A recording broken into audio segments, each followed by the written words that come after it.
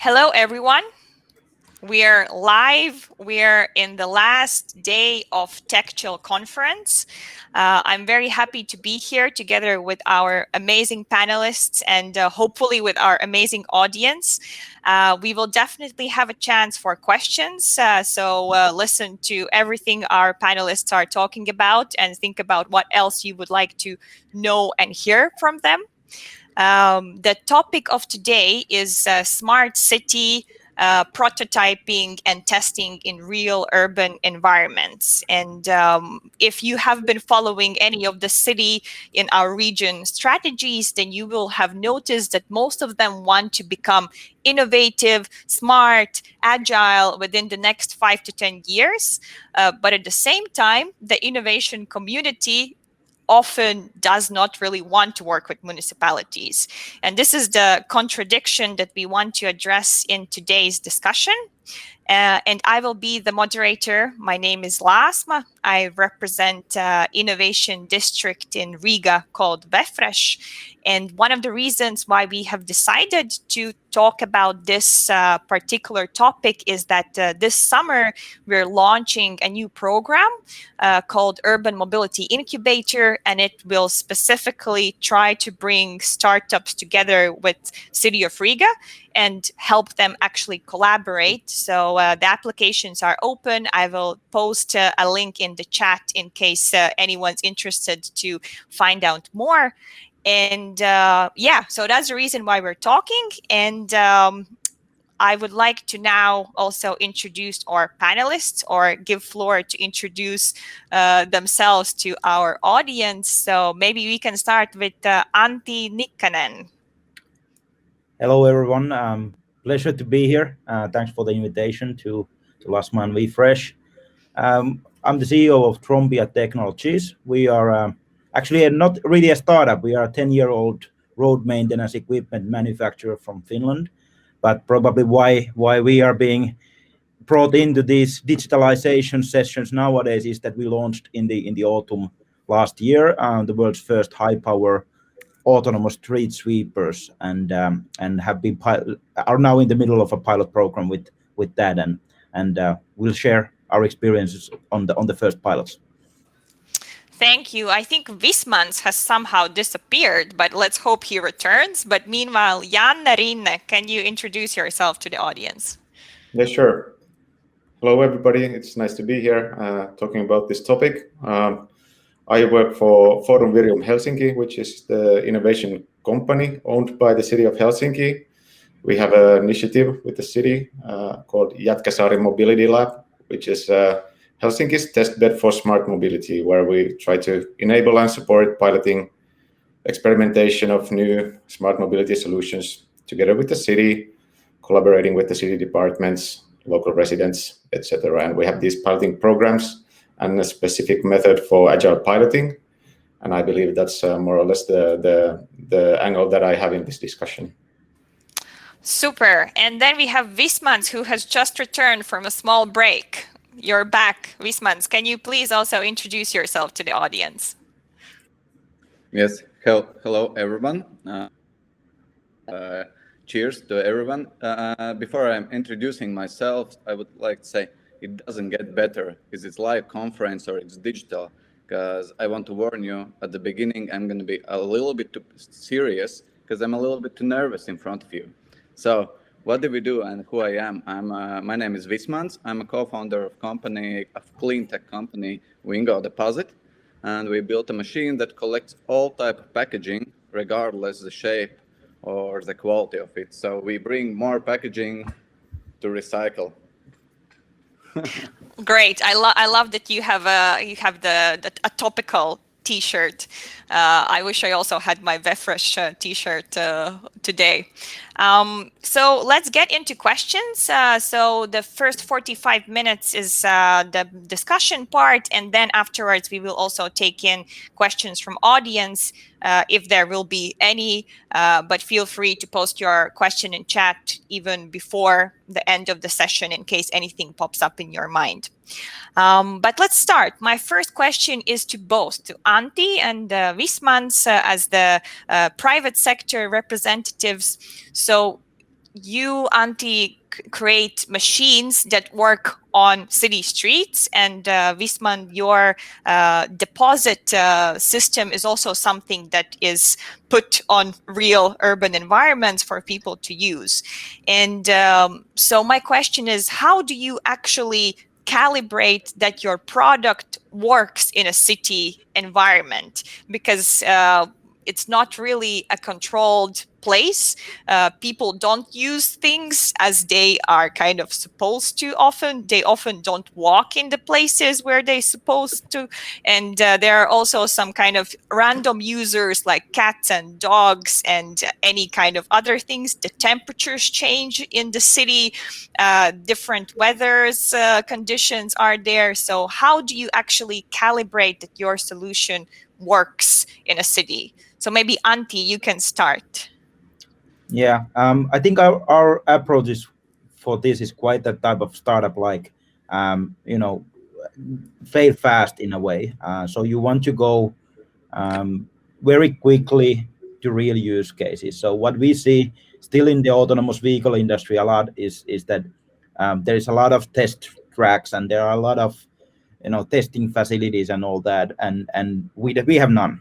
Basically, we test our products in real applications, whether it's a seaport or a harbor or a industrial plant, or as now in this year's pilot program, it's a real case in the middle of the street, in the middle of the bicycle lanes, and that's where you start to calibrate the product. That's the fast track to really get a vehicle working in a way that we want in those conditions.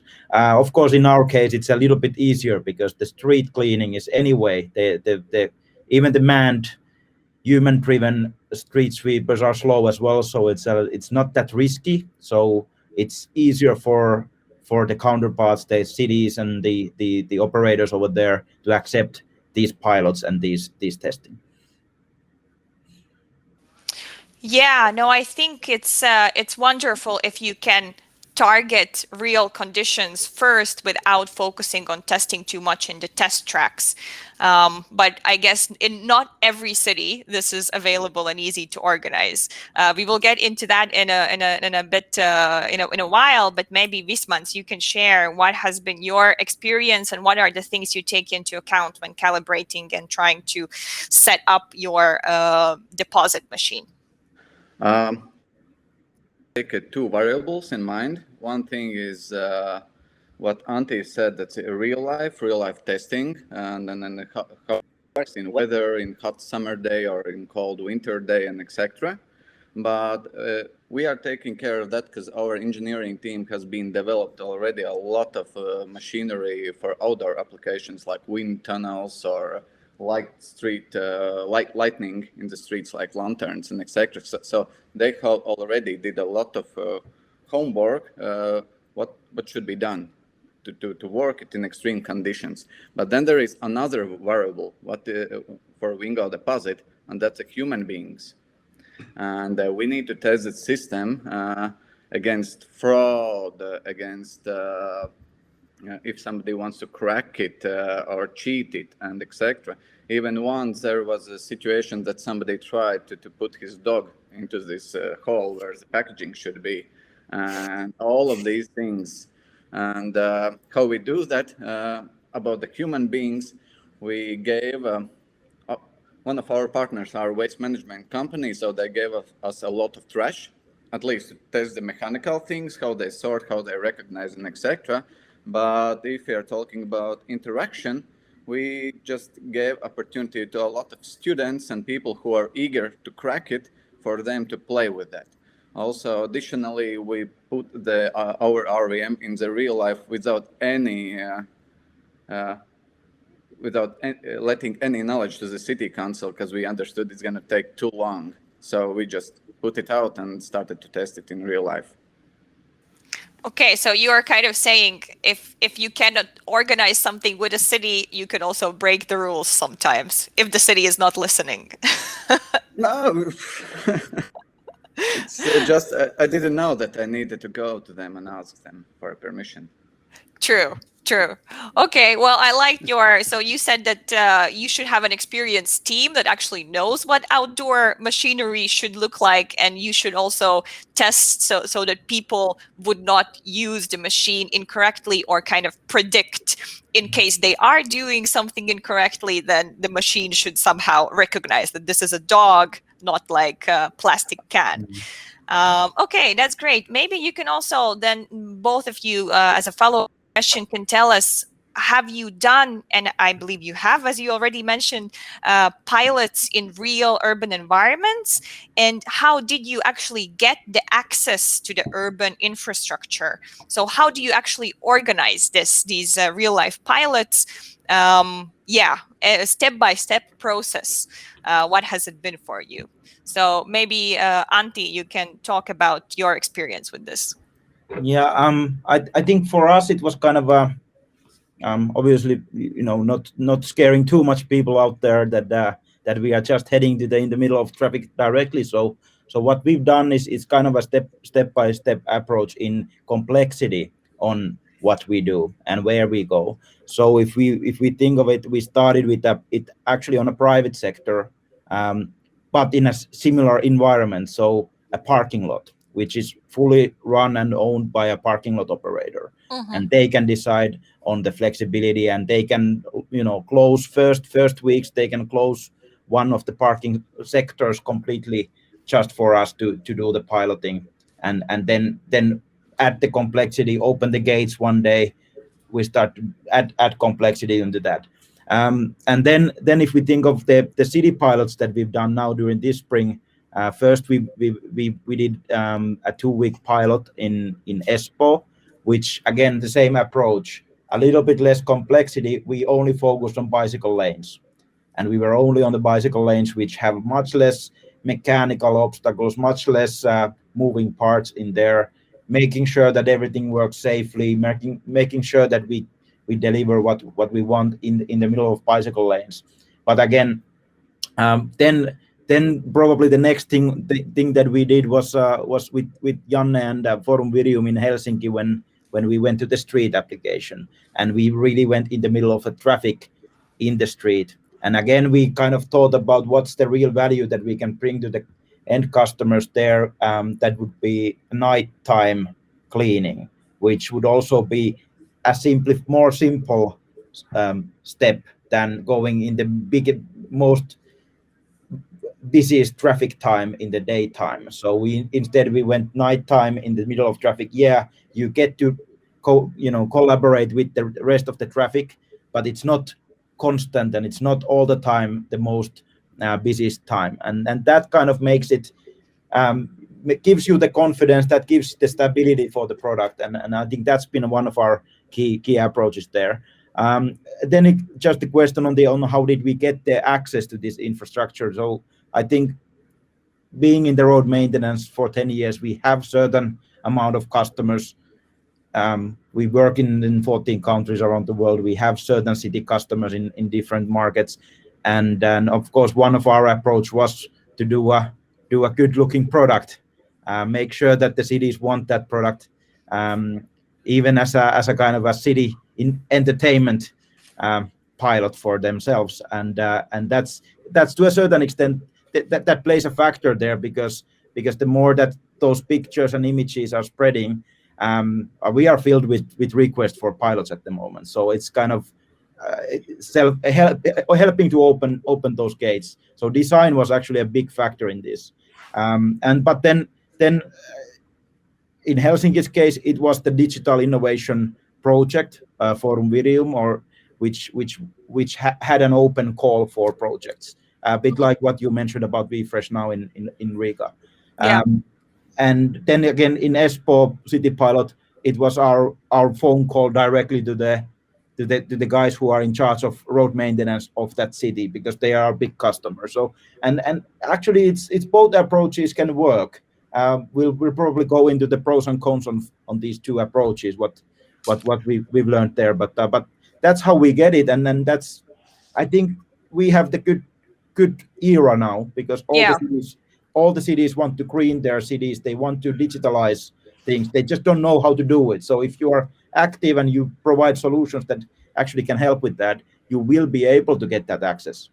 And I saw that you also have this own kind of announcement that you are ready to pilot your how do you call it, street sweeper, autonomous street sweeper in also other cities. And you have like this, that cities can apply and airports can apply. Was this the kind of the open call that attracted also many cities, or was it kind of like more internal context that actually like made the cities come your way?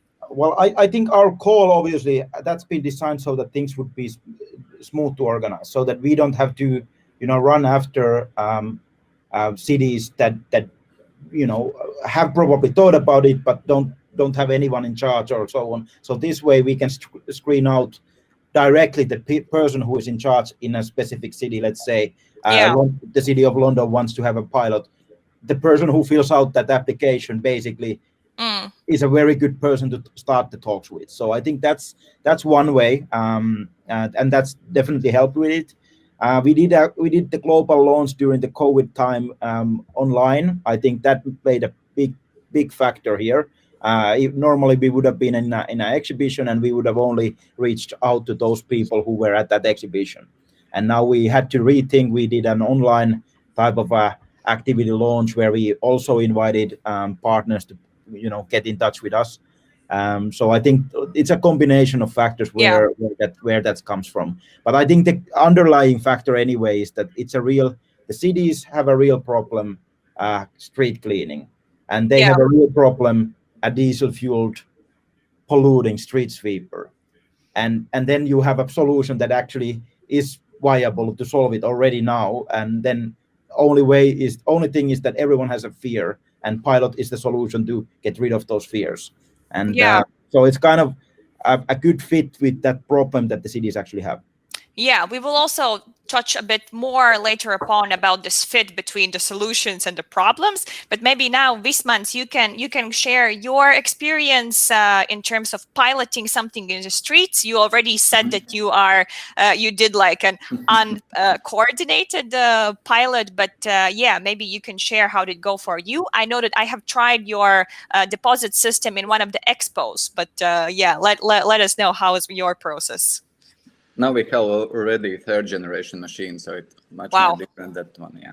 But there is about the RVMs, there is inside, like in the retail stores, for that there is now such additional need to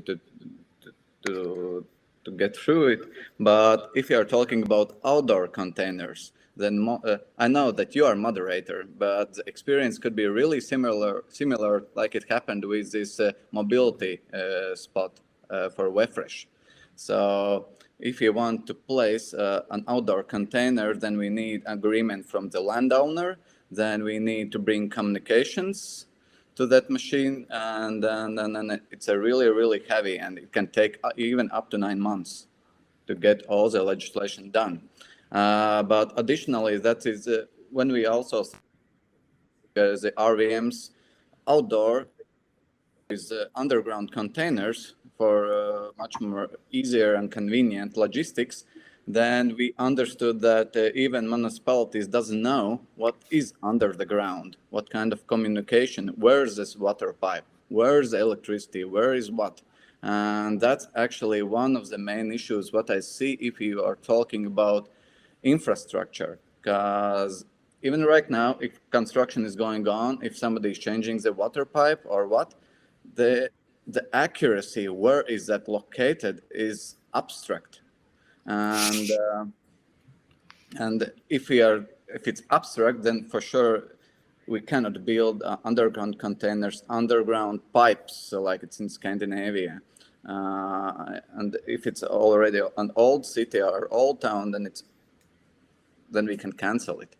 So the system about this testing and how to bring it, it takes 6 to 9 months, and we can lose this momentum before bringing it to the market for sure.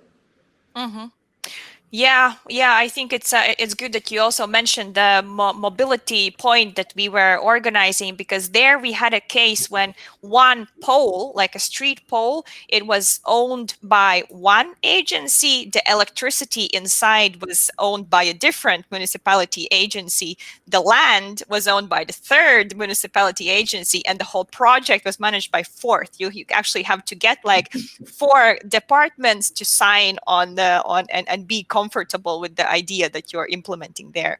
But now let's move on to the public sector side. So Janne, I want to also bring you in the conversation and tell us more about the agile piloting program you have in Jätkäsaari, because this program also has been one of the inspirations for us as VEFRESH to actually organize the urban mobility incubator we're launching. So we think it's a great program, but please share it also with the audience that might not know about it.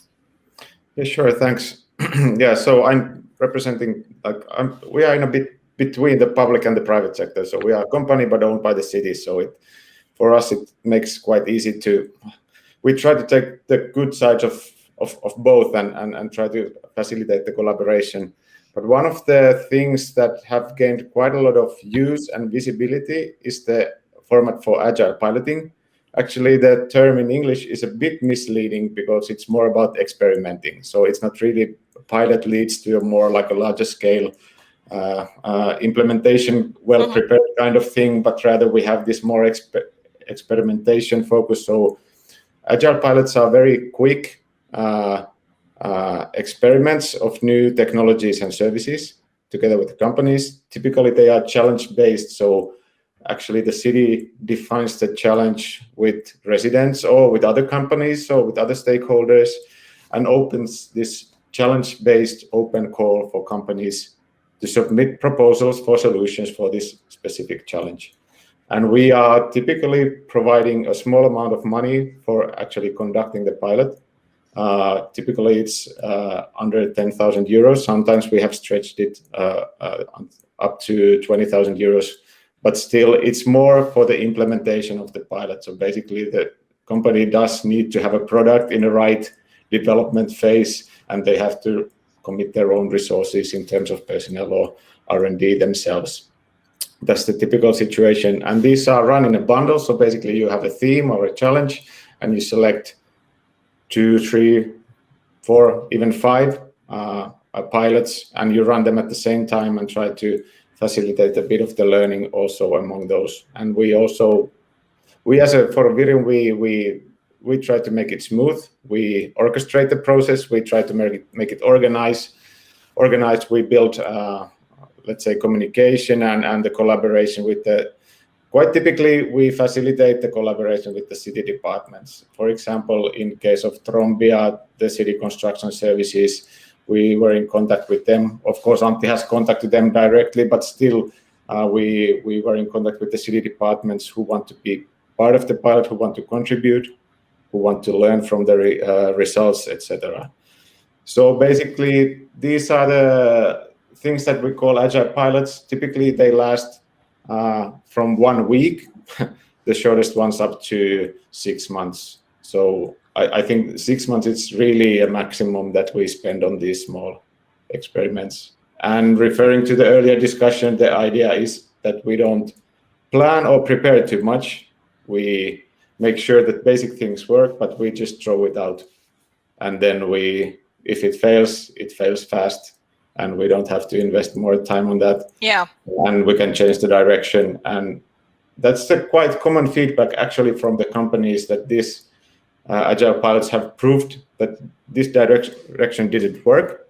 It made them drop the idea and develop the next generation product, which already has been more viable for selling to customers. So okay, and I think it's very clear what are the benefits for the startups and for the innovation community from this program. But I want to kind of delve into a bit more about what are the actual benefits for the municipality, because we are here, we're trying to convince City of Riga that this type of activity is beneficial and useful for for a lot of reasons. But what would be some of the kind of arguments or great examples that you can share from the running this program for already some years that could convince other cities that they actually need to help startups to pilot something fast and quick, even if they afterwards switch to completely other business? So how can we convince Riga, Tallinn, and Vilnius to do this?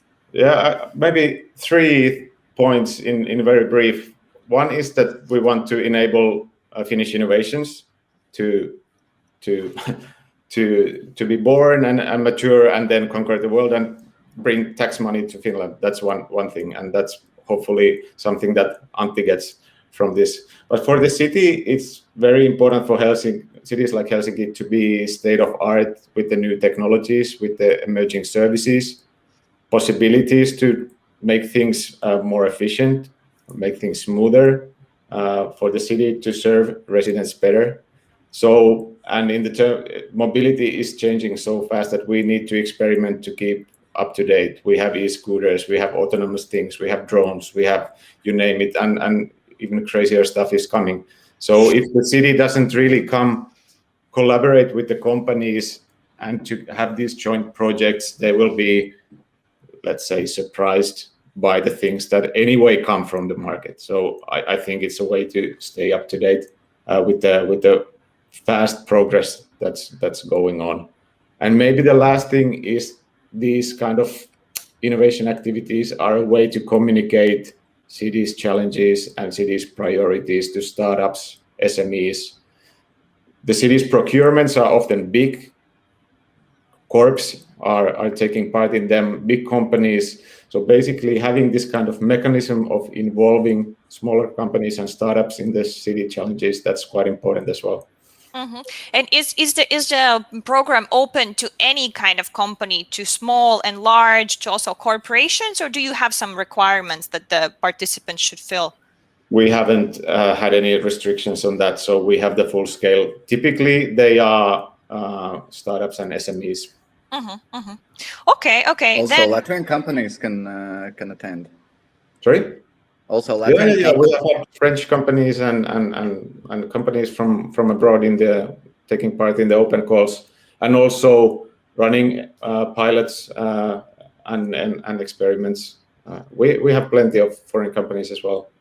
Okay, well, that's good to know, actually. We can also maybe suggest to some of the local community. Definitely. Okay, then getting back to Vismands and Antti about cooperation with the public sector.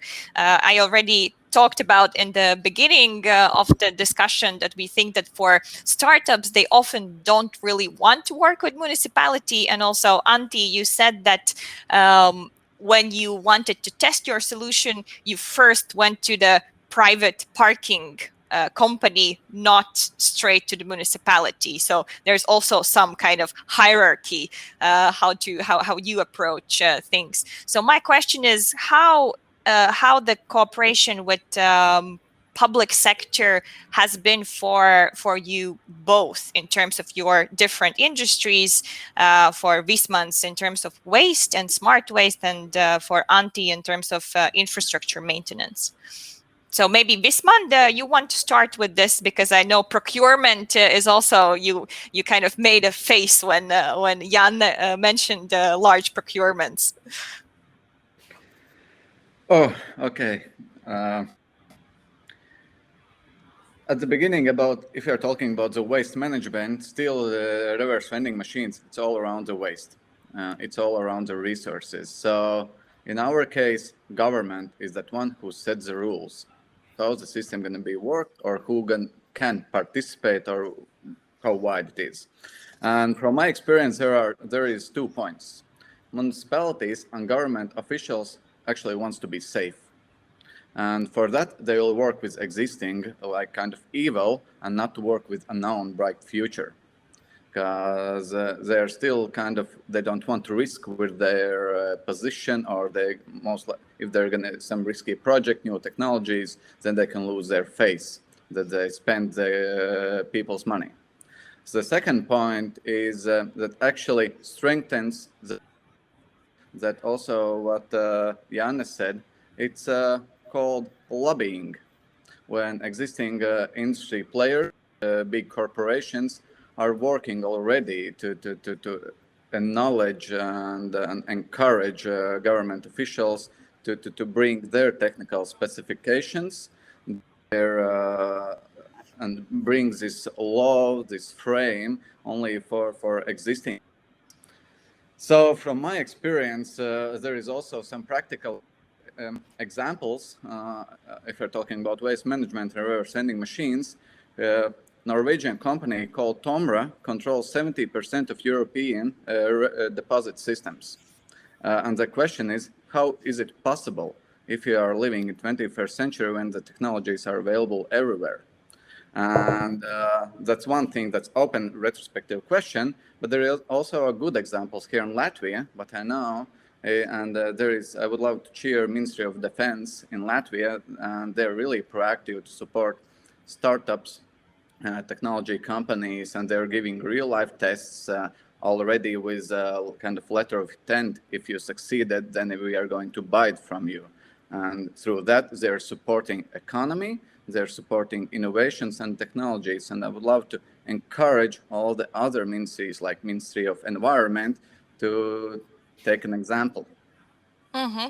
Yeah, I think it's a good point that that state and municipalities, their sector, as they are spending the taxpayer money, then they are kind of afraid to do risky, innovative procurements if they have a safer option that has been tested in more countries around the world. That is a huge problem. I don't have a clear roadmap how this could be like stepped over.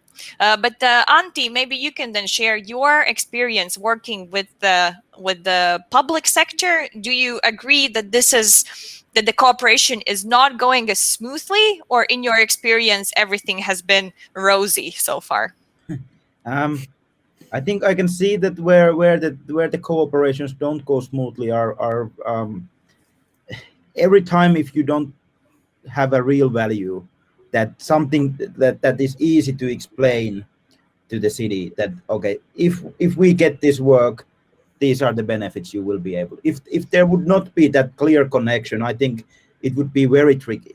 I'm not still saying that it's like a walk in a park with the public sector, because of there are a lot of parties involved, much more than when you work with a private property maintenance company who just wants to consider the cost and the environment benefit that they can offer to the customers of theirs. And so it's the private sector is clearly much faster in decision making.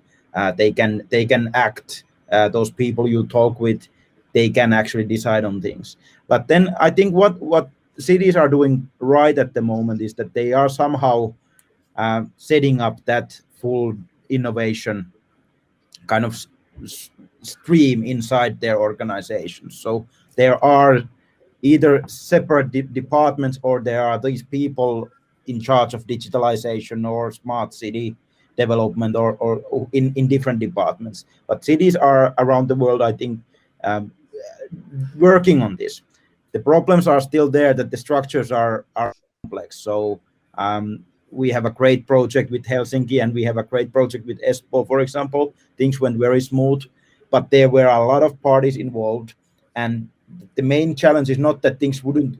It's easy to get the pilot done, or get it working and get things moving, but the engagement is the critical part that probably is missing when you have a lot of parties involved. So you don't really have the full ladder should be involved in somehow, so that the engagement would be there. Because in the end of the day, we are doing this piloting for them as well. So it's not only for our own R&D. This R&D testing we do mainly in our own facilities and so on. But this is more about solving the problem for them, and we really want the people whose problem we are in a daily work. We want to solve their problem. So getting them during their busy work schedules engaged into that pilot, I think that's a kind of thing that will be always in a public sector harder than in private sector, because if there is a department who is in charge of innovation, and then there's a department who is in charge of road maintenance. Road maintenance guys, they have to focus on road maintenance on that day. Innovation guys, they want that, hey, this is going to be the 20 years forward. We need to learn up from these things. So it's that balance, and how to get that transition in a lot of ladders and a lot of layers in the city organizations. I think that's the kind of that's where things can get slow, but I would not say that they will slow down doing the pilots. It's more about getting the benefits out of the pilots. Maybe Janne, you can comment on this as well, because this is like you're the internal warrior of innovations within probably Helsinki city. You are the one who's trying to get all the departments excited about what Antti is doing, what other companies are doing. Like, do you have anything you want to add to the discussion in regard to this? Yeah, I totally can agree. I think one thing, if there's this kind of almost a trend of experimenting and piloting, and I think the key thing in the whole effort is to find the commitment from the city side to actually being able to provide them real solutions for real problems and convincing them that actually this is worth investing their time and personnel. Because if you don't do that, you can run the pilot like Antti says, but then in a week you forget the results and it really didn't serve anything. So basically having this, like securing the commitment from the very beginning before you even start the pilot or before you even select the pilot, having the commitment and somebody from the city actually having a counterpart who can then react and is willing to learn from it. I think that's like the prerequisite of any successful pilot. From there you start. If you want to involve the city, if the pilot is that nature that you really need the city, or you want maybe sell it in a year or 20 years the product to the city, I think you really need to include the city and have the commitment. The commitment is, well, basic stuff, but I still want to highlight it. I think it's good that cities have this kind of things like urban labs or living labs or mobility labs who actually have the mandate and resources to do these things. Because on a grassroots level, like Antti says, the road maintenance guy is busy like doing his daily job. And you need to have this kind of somebody who overcomes the problems and solves the problems and finds solutions so they don't have to use their time on that. So we help and support, and if somebody says no, we ask somebody else. If not, we ask again, and then we ask with another phrasing, and I'm glad you brought up the word warrior. I think our daily job is to solve problems in a way for the companies who want to do something new. That might be scary, or that might take somebody's working time. So it's a bit of problem solving and convincing. I admit that. Yeah, Vismands, I think you wanted to add something. Yes, I wanted to strengthen a little bit also Antti comment about that startups or technology companies should be clear proposition for municipalities or government officials to understand, but I would also to challenge them to enlighten themselves also a little bit, because each of us are living in our own information bubble, in our society's bubble. But if you're talking about officials, they're also living in their own bubble. And a practical example, when I've been talking about digital authentication and payment systems, and they said why we should do that if nobody is doing that in Europe. And then I asked them a question: do you use a bank card? Or when you're buying food in the retail store, do you pay by cash or by bank by credit card? And also when I talk with state police about the smart city solutions, about safe city, like reading car plates and etc., they said they have heard about the word GDPR, but they really don't understand in the end what it means, and which also this technology companies, we should find, there is a challenge how to find this common understanding that technology companies already solved it or been thinking about that, and then they should also to kind of jump into or try to jump into our shoes. Mm-hmm. I have got this kind of challenge that we are living in two different worlds, and both of them doesn't even want to come to meet each other. Yeah, so I guess one of the solutions then is to have an innovation agency like Forum Virium, or like in any other cities, they are something that kind of can speak both languages, can understand the startup and innovation scale up perspective, and also how do the processes happen in city, and try to actually bring them together and have the mandate to actually do this. I think that's a very good. I think we are quite well positioned to facilitate that, but still I want to underline the close collaboration with the city. So basically, if we run the projects in the innovation company, it can be a bit detached and even disappointing for the startups if you run a good collaboration with us and get high expectations. And if you meet the real world after the pilot, then that's not good. You should already meet the real world with piloting with us. I mean, yeah, true. Okay, we are kind of entering the last kind of section of our discussion. In case anyone in the audience has questions or anything you want to ask, this is a time when you can actually write it down, and we will try to answer. It can be to all of the participants, it can be to one of the participants, so you choose. But meanwhile, I wanted to ask, like focus on two other aspects or pain points in the collaboration between startups and cities, and one of them is the big word safety. I know that this is something why the city representatives are often kind of hesitant to take responsibility, because they're afraid, in the unlikely event of something going wrong, who will then be responsible for this, and how to ensure that the solution is actually safe if they themselves are not technology experts.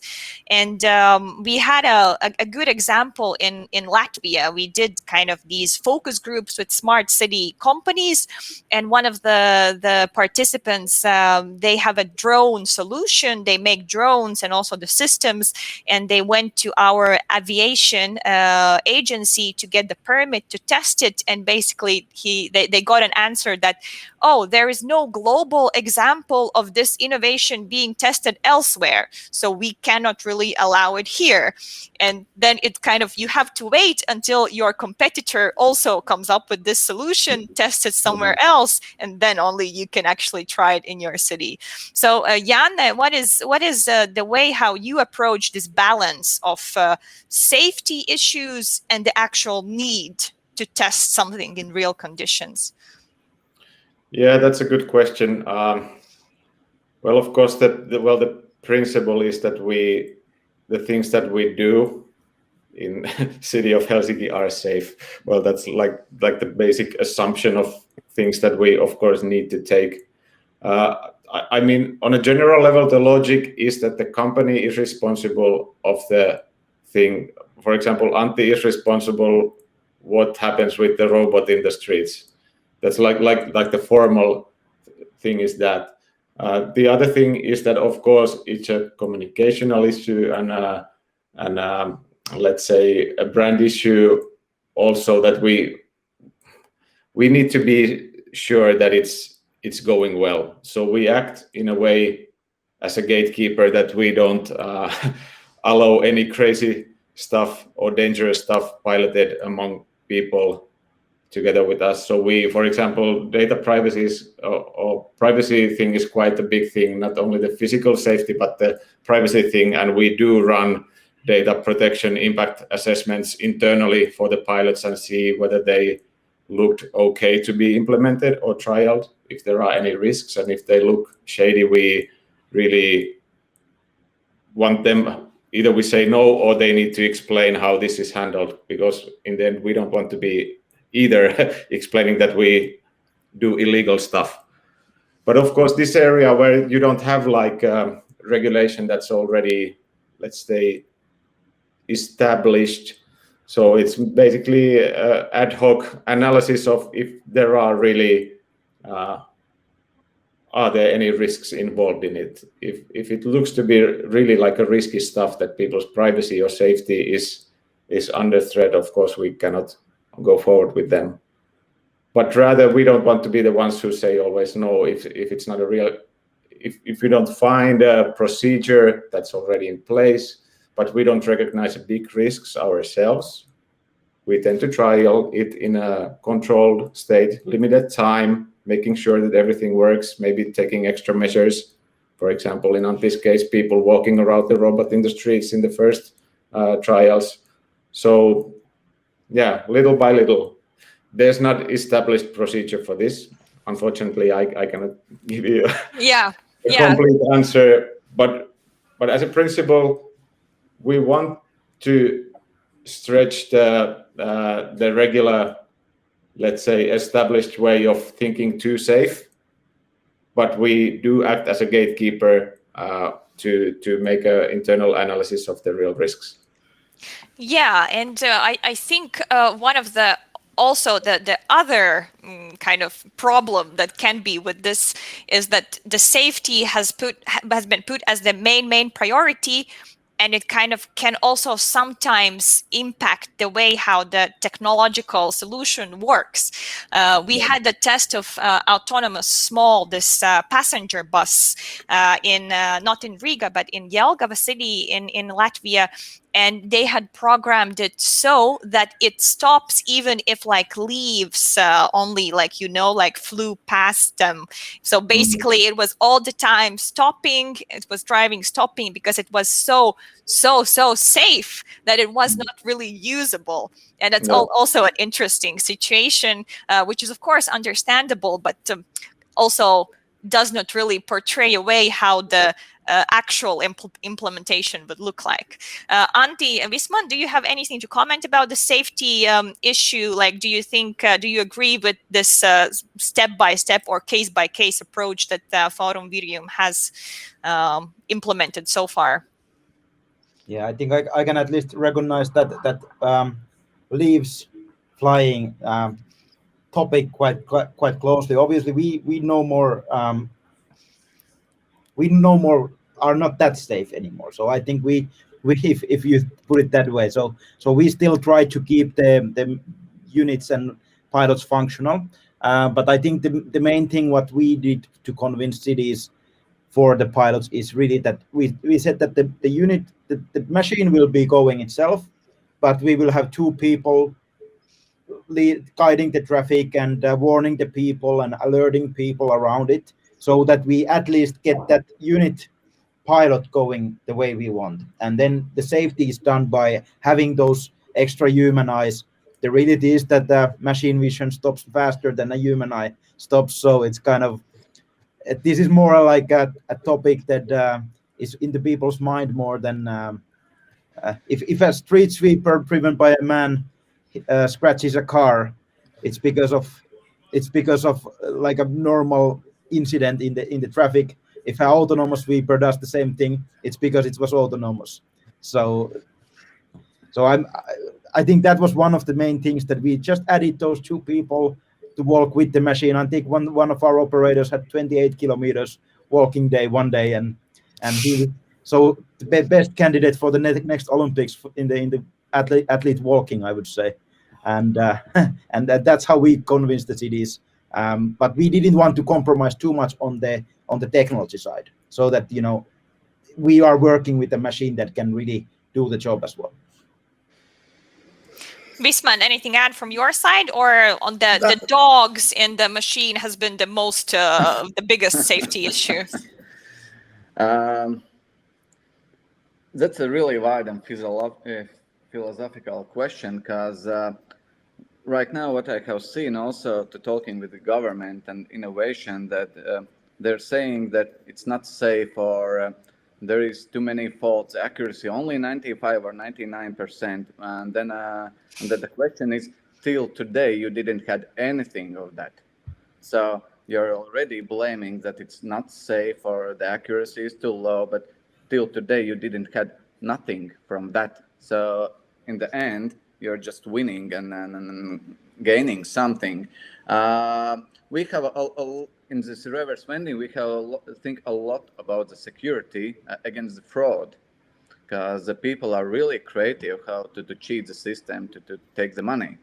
And but in the end, by using the latest technology of your neural networks, so we solve the problem. That's why we can collect the flattened bottles, not the perfect shaped ones, and still recognizing the shape and reading the barcode and the weights and the material.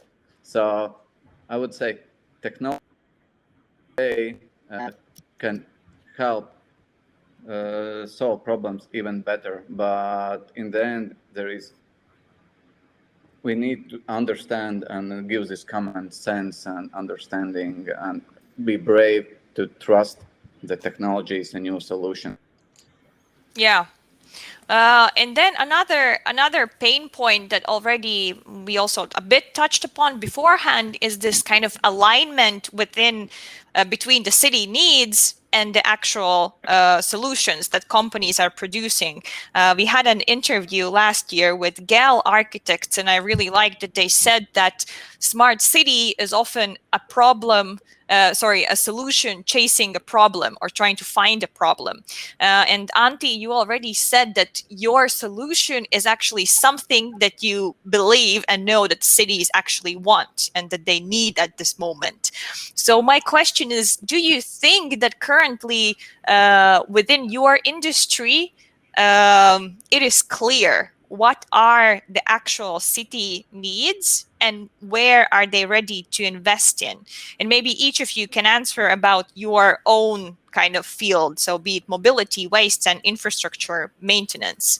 Maybe Janne, you can start with, do you think it is clear and is it defined what are the City of Helsinki mobility needs and where they want to invest in the next 5 years? Is it clear for the private sector? Well, a bit difficult to answer on behalf of the companies whether they figured out what the city wants, but I think the priorities of the city are quite well known, and they are quite it's the emissions, congestion, the maintenance of the infrastructure, the quality of infra and the travel chains, and well, how to arrange public transport, etc.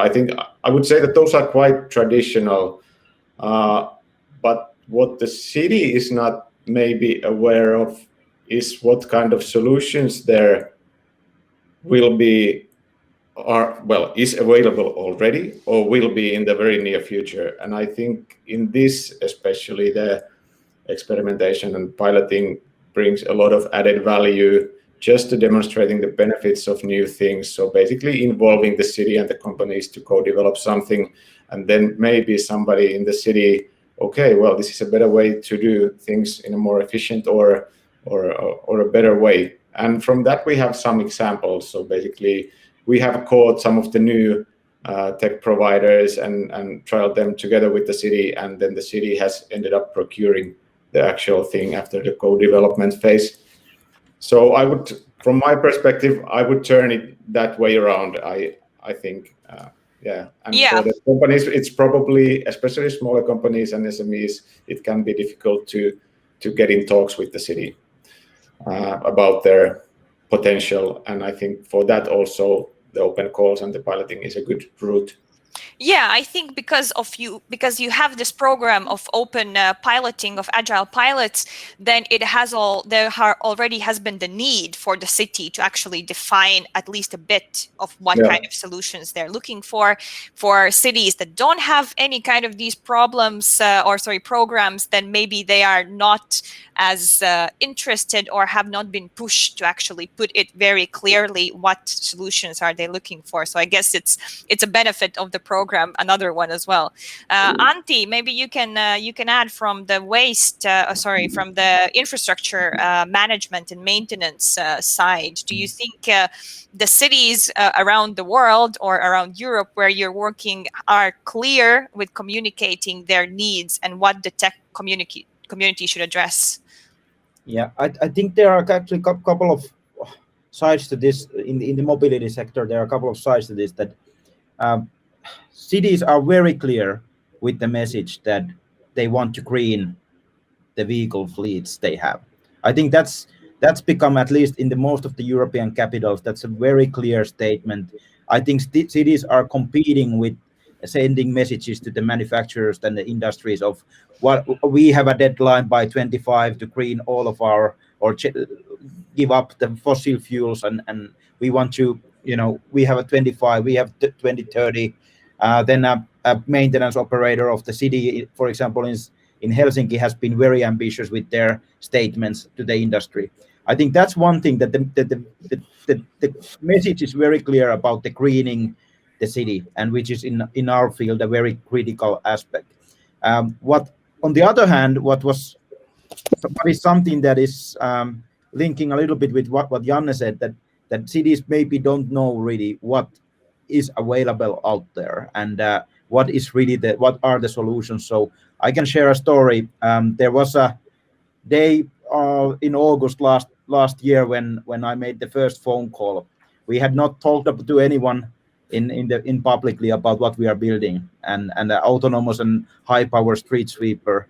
And I made a call to Helsinki City maintenance, the head of the logistics division in the Helsinki City maintenance department, and introduced what we are doing. We've obviously been doing some business before with the regular products, and street sweeper is one of the last pieces of equipment that they would have considered greening, because of the enormous power consumption of that suction, what they do. And then suddenly someone calls out of nowhere that, hey, we have this, can we do something together? And that's kind of like a very clear, concrete example that no one had even thought about the more power consuming equipment, even though they have a very clear statement to the industry that we want to green everything. So I think cities are doing quite well in our industry, communicating what they want to do. But of course, it looks to be that it's our responsibility to let them know what we have in plans. So I think that's, otherwise they will not dig out the information that much. Yeah, so it's a two-way process. There has to be some kind of platform where both of these can come together and understand what is the other one working on and what the first one needs. Vismand, what do you have to add in terms of the waste industry and cities, and in some cases also the state governments actually communicating what is needed?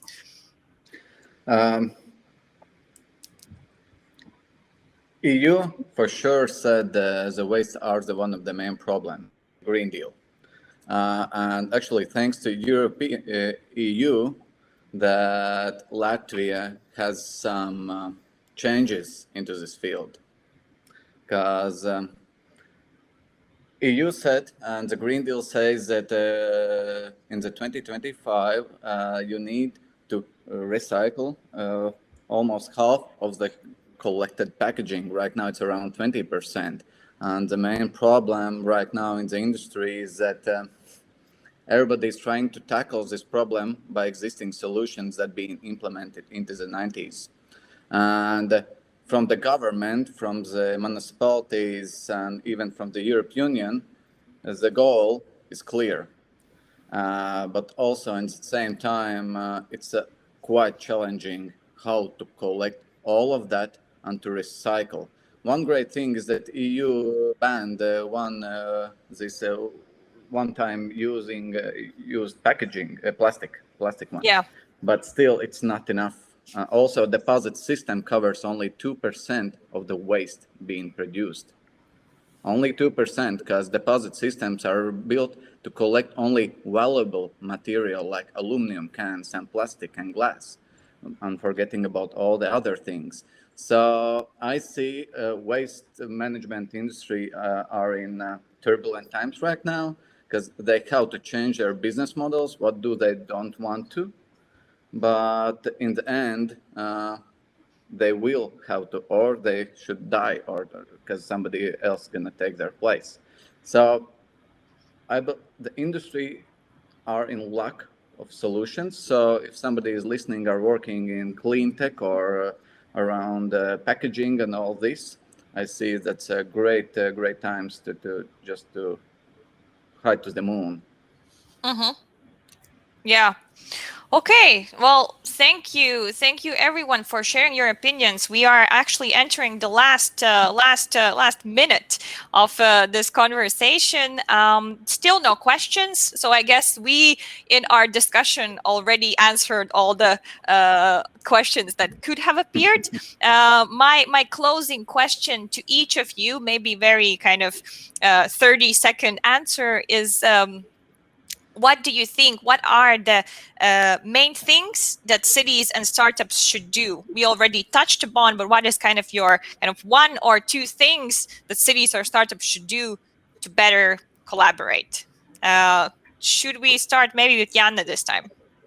Okay, two concrete things from our perspective. I think the urban labs, mobility labs, living labs are a nice way to enhance the collaboration. And we do have a presence in the startup campus in Maria 01 in Helsinki, which enables the cross-pollination of ideas. It's there. Good. And then maybe Vismands, you're the next two things you think startup cities should do to collaborate better. One thing for sure, startups should be loud and bold without any chance to local municipality and government officials to ignore you. And for municipalities, just be proactive and a little bit more brave. Great. And Antti, what are your two things? Well, I think one critical thing is that you need to have the warriors like Forum Virium, for example, inside the city. You need to have the people who are in charge of the innovation developments, just for the sake of getting things moving at all. Yeah. Without that, I would say a lot of the cities would stop in the starting point already. And that department you need to have, or those people in charge you need to have. From startup side, solve real problems. Solve real problems that the cities can see that this is something that we want to solve. I think that those are the two key points there. Super. Thank you so much for sharing your suggestions and your ideas and experiences. It has been very interesting for me. I hope it has been also for everyone watching. And just to last time to explain the reason why we're doing this from our side, we are launching Urban Mobility Incubator this summer. Applications are till end of May. We want to accept up to 8 startups, and we want to help them to work with the city, and we want to help them deploy their solutions in Riga this autumn. I will leave also in the chat the link in case you want to check it out. But yes, thank you so much, and thank you everyone that has joined.